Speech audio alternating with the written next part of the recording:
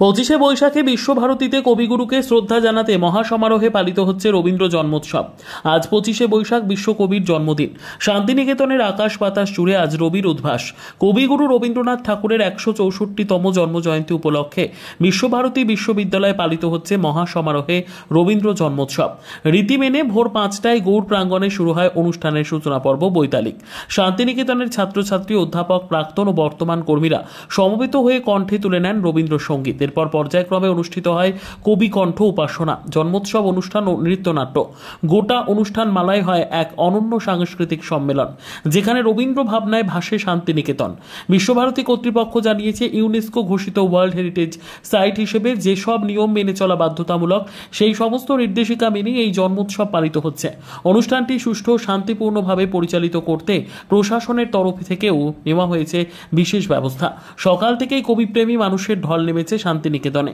রবীন্দ্রনাথের আদর্শ, সাহিত্য দর্শন ও সঙ্গীত আজও কতটা প্রাসঙ্গিক তারই এক জীবন্ত উদাহরণ এই অনুষ্ঠান।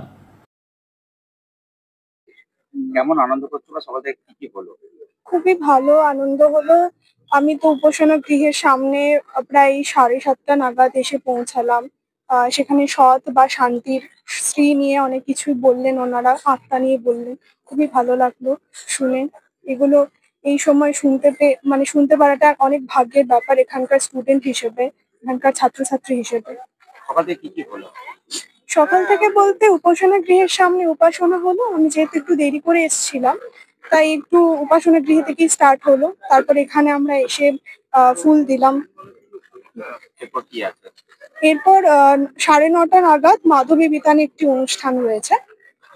কেমন লাগছে আজকে দিনটা? খুবই ভালো লাগছে। এগুলো আমাদের একটি আকাঙ্ক্ষিত দিন একজন স্টুডেন্ট হিসেবে শান্তিনিকেতনে। দিনভর কতটা আনন্দ করবে সারাদিনটা? খুব ভালো। এরপর আমাদের তো ক্লাস আছে, এবার আমরা ক্লাসেও যাব। তো এটা এবার প্রথমবার নাকি এর আগেও? এর আগেও এসেছি। তোমার নাম? আমার নাম তিয়াশা বিষ্ণু। কোন? আমরা বিদ্যাভবন।